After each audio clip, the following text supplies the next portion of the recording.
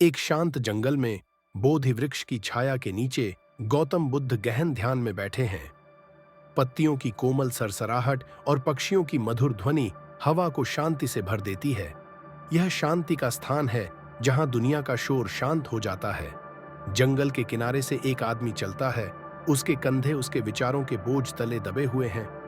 उसके चेहरे पर निराशा और दुख दिखाई देता है। जैसे जैसे वह बुद्ध के ध्यानस्थ स्थान के करीब पहुंचता है, वह उत्तर खोज रहा है, लेकिन अपने भीतर केवल उथल पुथल ही पाता है। वह आदमी बुदबुदाता है, मेरा दिल इतना भारी क्यों है? मुझे यह अंतहीन निराशा क्यों महसूस हो रही है? जंगल से गुजरता हुआ एक आदमी, उसकी मुद्रा झुकी हुई और चेहरा निराशा से भरा हुआ।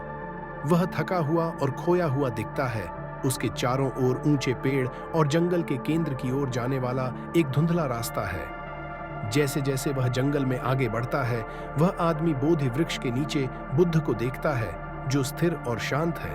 अपने भीतर की उथल पुथल के बीच उसे उम्मीद की एक किरण महसूस होती है। धीरे धीरे वह मार्गदर्शन के लिए बेताब होकर बुद्ध के पास पहुंचता है। वह आदमी बोलता है, उसकी आवाज कांपती है, महान बुद्ध, मैं खो गया हूं। मेरा दिल दुख और हताशा से भारी है। मुझे शांति नहीं मिल रही है। क्या आप मेरी मदद कर सकते हैं? बुद्ध धीरे धीरे अपनी आंखें खोलते हैं और उनके होठों पर एक सौम्य मुस्कान उभरती है। उनकी एक झलक मात्र से ही उस व्यक्ति का कांपता हुआ दिल शांत हो जाता है।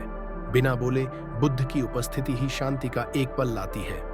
बुद्ध धीरे से बोलते हैं, मेरे साथ बैठो, गहरी सांस लो और अपने मन को शांत करो। वह आदमी बुद्ध के बगल में बैठ जाता है। अभी भी बेचैन है, लेकिन उनके निर्देशों का पालन कर रहा है। प्रत्येक सांस के साथ उसके शरीर में तनाव कम होने लगता है। धीरे धीरे वह हल्का महसूस करने लगता है, हालांकि उसके मन में अभी भी सवाल बने हुए हैं। जब मेरे आसपास सब कुछ अस्त व्यस्त है, तो मैं शांति कैसे पा सकता हूँ? मैं क्या खो रहा हूँ? एक क्षण के मौन के बाद बुद्ध बोलते हैं। उनकी आवाज कोमल लेकिन ज्ञान से भरी हुई है। आपका दुख आपके आसपास की दुनिया से नहीं, बल्कि आपकी अपनी आसक्तियों से आता है। आप जो चाहते हैं उससे चिपके रहते हैं और जो है उसका विरोध करते हैं, और यह आपके दुख का कारण बनता है। इन आसक्तियों को छोड़ दें और आपको शांति मिलेगी। दुनिया बदलती रहेगी, लेकिन आपकी आंतरिक शांति इसे स्वीकार करने से आती है, इसका विरोध करने से नहीं।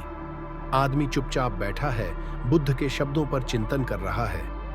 वह अपने निरंतर प्रयास और निराशा के अंतहीन चक्र के बारे में सोचता है। अचानक उसे एहसास होता है, उसके दुख की जड़ दुनिया नहीं है, बल्कि उसे स्वीकार करने से उसका खुद का इनकार है। मैं उस चीज को इतनी मजबूती से पकड़े हुए हूं जिसे मैं नियंत्रित नहीं कर सकता। यह लगाव ही है जो मुझे इतना दर्द देता है। आदमी पर शांति की लहर छा जाती है। उसकी हताशा दूर हो जाती है। उसकी जगह शांति की गहरी भावना आ जाती है। वह बुद्ध की ओर देखता है। उसकी आंखों में आंसू भर आते हैं, दुख के नहीं बल्कि कृतज्ञता के। धन्यवाद महान बुद्ध। अब मैं देख रहा हूं कि मैं जिस शांति की तलाश कर रहा हूं वह मेरे भीतर है, बाहर नहीं। मैं अपनी आसक्तियों को छोड़ दूंगा और वर्तमान क्षण में संतोष पाऊंगा।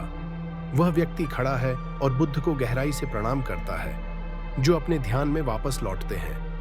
हल्के दिल के साथ वह व्यक्ति शांत जंगल को पीछे छोड़कर चला जाता है, लेकिन अपने भीतर शांति को लेकर जाता है। याद रखें, शांति भीतर से आती है, इसे बाहर मत खोजो।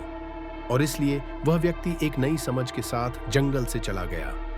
उसने दुनिया से जवाब मांगे थे, लेकिन अंत में वह शांति जिसे वह चाहता था उसे अपने भीतर ही मिल गई। शांति भीतर से आती है, इसे बाहर मत खोजो।